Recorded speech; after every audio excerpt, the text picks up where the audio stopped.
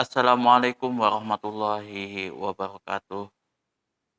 Innal hamdalillahi nahmaduhu wa nasta'inuhu wa nastaghfiruh wa na'udzubillahi min syururi anfusina wa min sayyiati a'malina. May yahdihillahu fala mudilla lahu wa may yudlil fala hadiyalah. Asyhadu an la ilaha illallah wahdahu la syarikalah wa asyhadu anna Muhammadan abduhu wa rasuluh. Allahumma shalli ala sayidina Muhammad wa ala ali sayidina Muhammad. Kama sholaita ala Sayyidina Ibrahim wa ala ali Sayyidina Ibrahim. Wa barik ala Sayyidina Muhammad wa ala ali Sayyidina Muhammad. Kama barakta ala Sayyidina Ibrahim wa ala ali Sayyidina Ibrahim fil alamina innaka hamidum majid. Rabbi shrah li sadri wa yassir li amri wahlul 'uqdatam min lisani yafqahu qawli. Amma ba'du. Hadirin hadirat jamaah kaum muslimin wal muslimat yang dirahmati oleh Allah Subhanahu wa taala. Kali ini kita akan membahas tentang hadis 74 yang diriwayatkan dari Aisyah. Babnya tetap sama, bab nawaqidul wudu. Tetapi yang dibahas di sini bagaimana hukumnya apabila muntah, baik itu muntah besar dan muntah kecil, mimisan, keluar mati dan lain sebagainya. Nah, di sini di hadis ini akan dibahas secara tuntas hukumnya seperti apa, dalilnya seperti apa. Wa an Aisyah radhiyallahu anha anna Rasulullah sallallahu alaihi wasallam qala man asabahu qai'un aw ru'afun aw qalasun aw madiyun falyamsarif falyatawadda summa liyabni ala salatihi wa huwa fi dzalika la yatakallamu. Akhrajahu Ibnu Majah wa dha'afahu Ahmad wa ghairuhu. Di sini hadisnya dhaif.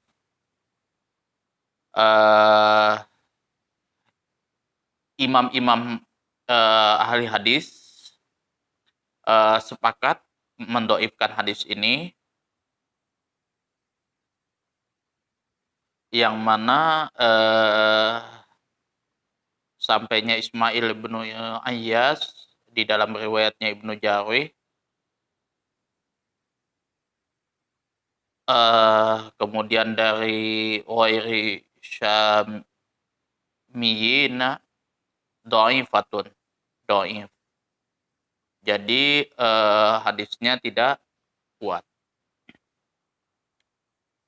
Wa an Aisyah radhiyallahu anha, dari Aisyah, dari Siti Aisyah radhiyallahu anha, semoga Allah meridhoinya, anna Rasulullah sallallahu alaihi wasallam, sesungguhnya Rasulullah sallallahu alaihi wasallam qala, telah bersabda, man asabahu, barang siapa seseorang tersebut muntah besar. Qai'un di sini muntahnya besar, apa ya istilahnya, ya muntah belalah lah kalau bahasa kita orang Kalimantan. Au ru'afun, atau mimisan, au qalasun, atau muntah kecil. Dia ada dahak di sini, terkumpul dahak, kemudian dia gitu, muntah kecil. Biasanya sih kalau muntah kayak gini biasanya asam lambung naik, dia muntah. Au maziyun, atau mazi, keluarnya mazi. Faliyan sorif, maka hendaklah seseorang tersebut keluar. Faliyan sorif di sini membalikkan badan sebenarnya. Artinya di sini membalikkan badan untuk keluar dari masjid, keluar dari sholat. Faliyatawaddo, kemudian hendaklah seseorang tersebut berwudu. Summa liyabni ala sholatihi, kemudian hendaklah seseorang tersebut meneruskan sholatnya. Setelah dia sholat, kemudian dia bisa meneruskan sholatnya. Wa huwa fi dzalika, dengan syarat seseorang tersebut la yatakalamu, tidak berbicara. Jadi selama dia selama seseorang tersebut wudhu, mengambil wudhu, keluar, mengambil wudhu, langsung kayak gitu. Sudah dia mengambil wudhu, dia tidak berbicara dan lain sebagainya, maka dia bisa meneruskan sholatnya. Diriwayatkan dari Ibnu Majah dan didoifkan oleh Imam Ahmad dan selainnya. Dan menurut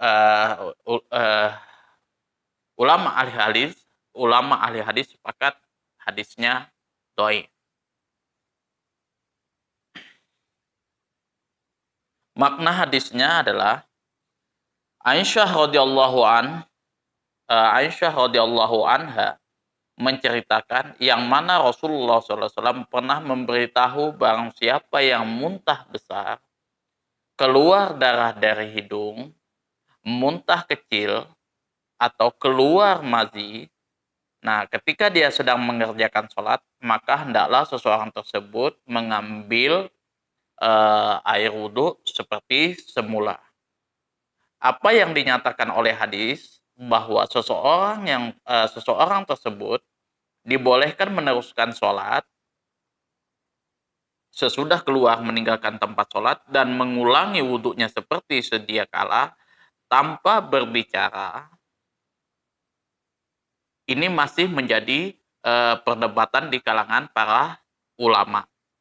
Jadi dia bisa meneruskan sholatnya atau tidak tanpa dia berbicara. Ini ada perbedaan di kalangan para ulama, perdebatan dari para ulama. Imam Malik dan Imam Abu Hanifah mengatakan bahwa seseorang mesti melanjutkan sholatnya. Dalam sholatnya tidak batal, tetapi dengan syarat seseorang tersebut tidak mengerjakan perkara-perkara yang membatalkan sholat. Seperti mana yang ditegaskan dalam hadis menerusi sabdanya. Wala yatakallamu wa huwa fi dzalika la yatakallamu. Dan seseorang tersebut dengan syarat tidak berbicara.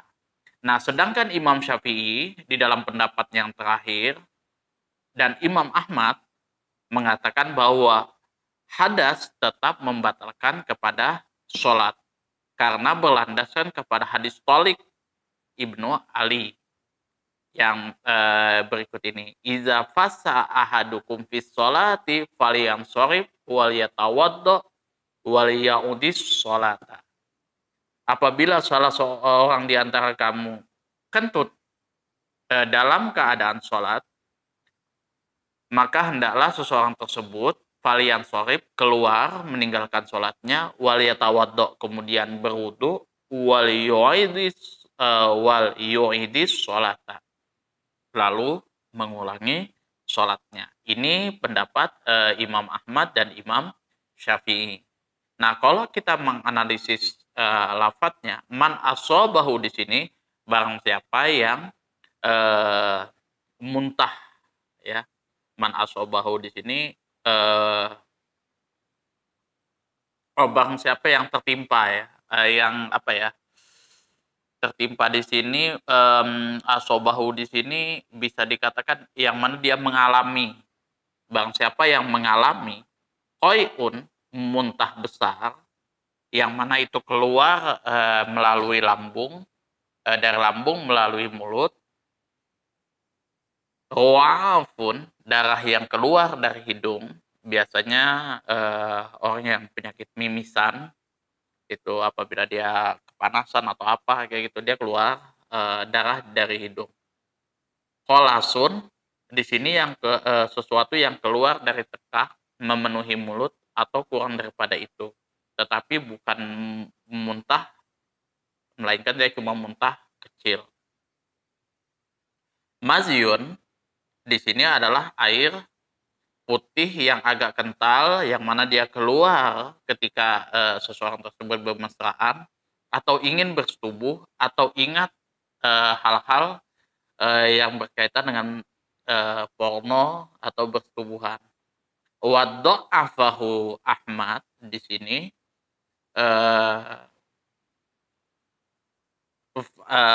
pendapat hadis ini marfu kepada Nabi adalah salah satu kesalahan sebenarnya menurut beberapa pendapat ulama ahli hadis yang lain.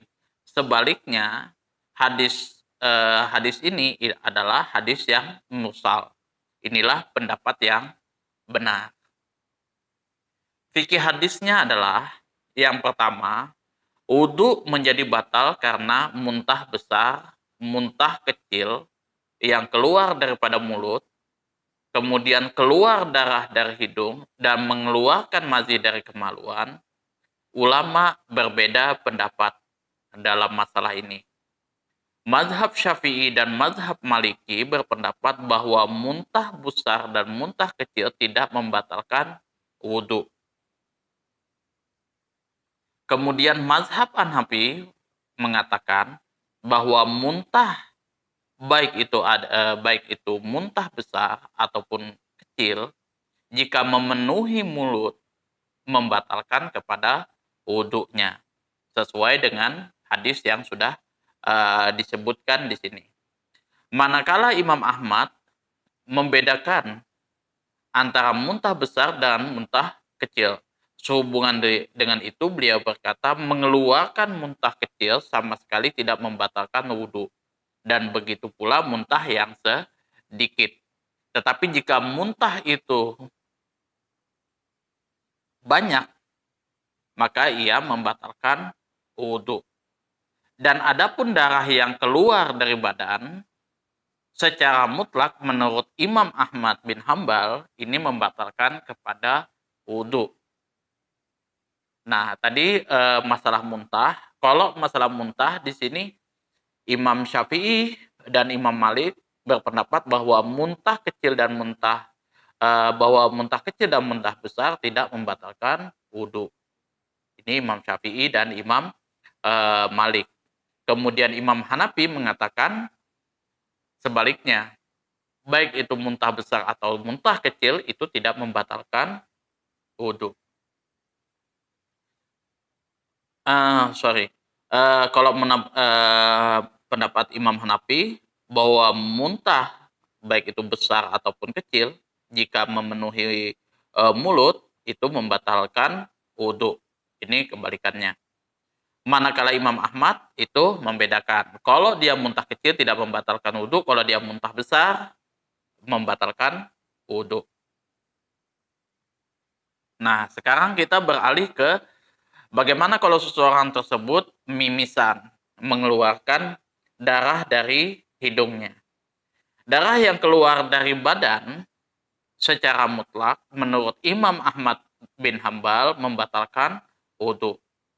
Imam Abu Hanifah juga mengatakan bahwa ia turut membatalkan wudhu dengan syarat darah tersebut mengalir. Jadi menetes seperti itu, mengalir, maka dia membatalkan wudhu.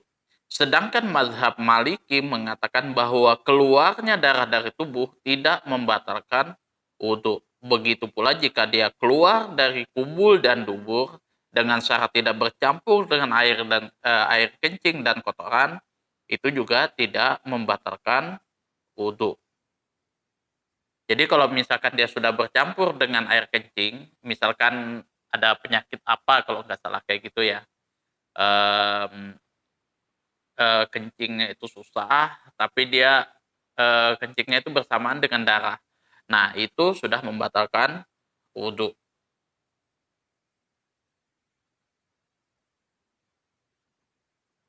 Jadi kalau kita lihat di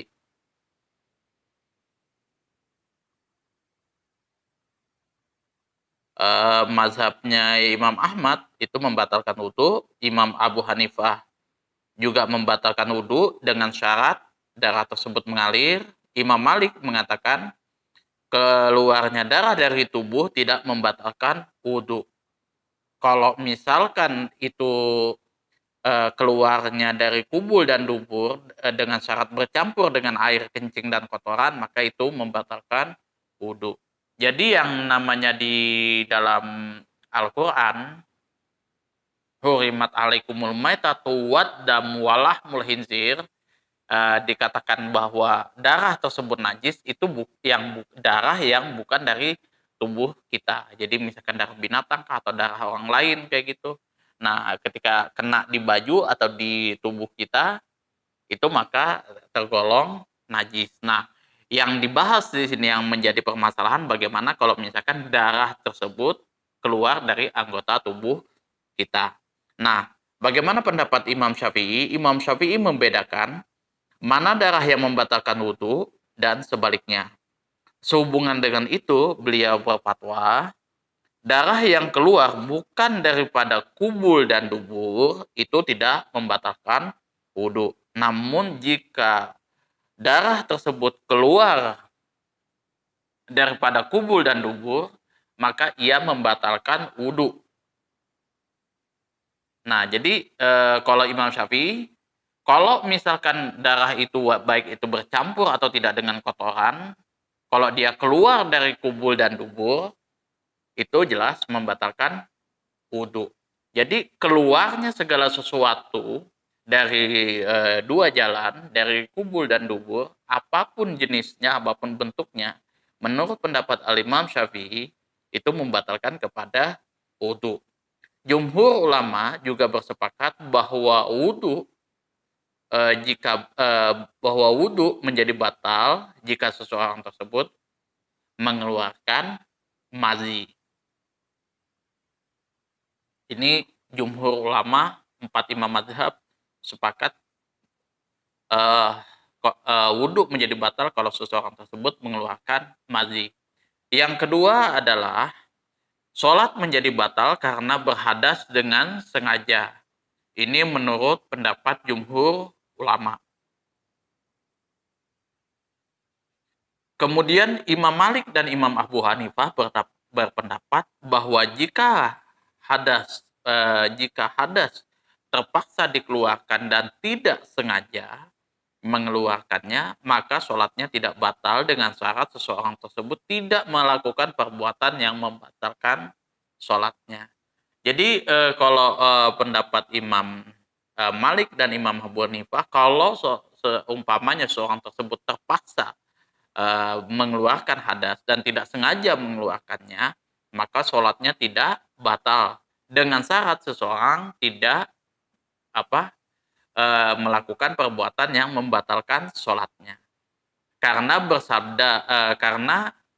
pendapat ini sebenarnya landasan hukumnya adalah sebagaimana hadis Rasulullah SAW, janganlah dia bercakap-cakap, janganlah dia berbicara.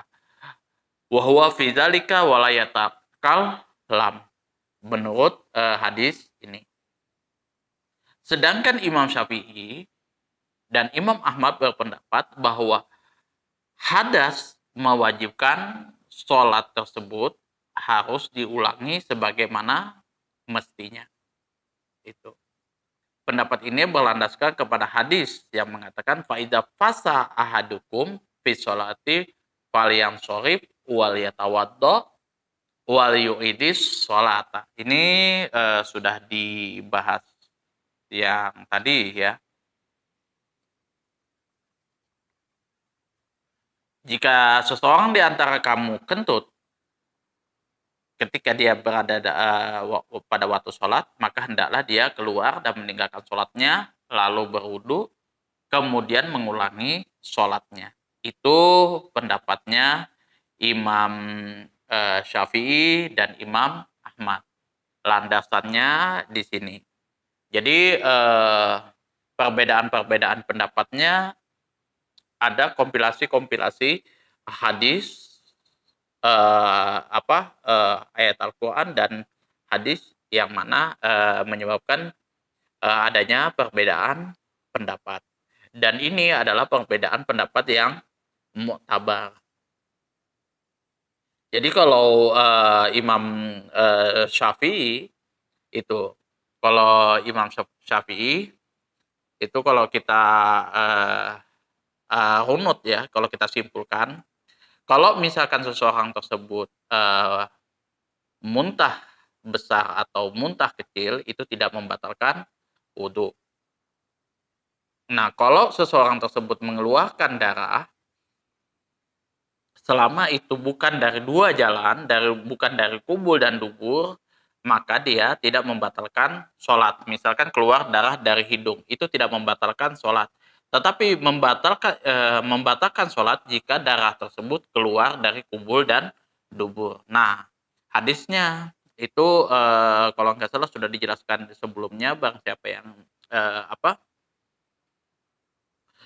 keluar faiza fasa ahadukum fi sholati falyamsharif wal yatawaddo wal yu'idis sholat.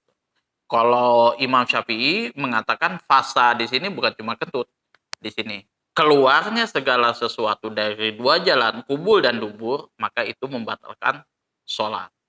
Itu kalau konteksnya Imam Syafi'i. Jadi dia bukan cuma letalak zohirnya hadis, tetapi dia dirunut keseluruhannya. Jadi bisa jadi itu kentut, bisa jadi itu kotoran, kencing, mazi dan lain sebagainya kayak gitu. Kalau misalkan dia keluar dari dua jalan, maka batalah sholatnya.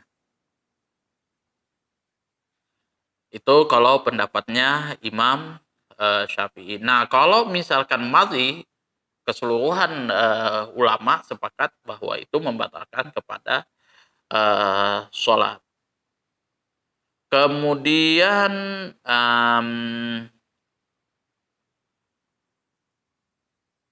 nah, kalau misalkan di sini apakah boleh mengulang sholatnya atau meneruskan sholatnya, Imam Syafi'i sepakat bahwa seseorang tersebut wajib mengulangi sholatnya. Ini pendapatnya Imam Ahmad dan Imam Syafi'i. Faiza fasa ahadukum fi sholati falyamsharif wal yatawaddo wal yu'idis sholata. Maka ulangilah sholatnya. Bagi yang tidak mengulangi sholatnya seperti semula, kemudian meneruskan rakaat yang selanjutnya, itu berdasarkan hadis ya Aisyah tadi, wa huwa fi zalika la yatakallam, dengan syarat seseorang tersebut tidak berbicara. Nah, itu hadis nomor 74 di dalam kitab Bulughul Maram, hal-hal yang membatalkan sholat. Itu saja yang dapat saya sampaikan, kurang dan lebihnya saya mohon maaf. Apabila ada kesalahan dan lain sebagainya, saya minta dikritisi di kolom komentar. Akhirul kalam, assalamualaikum warahmatullahi wabarakatuh.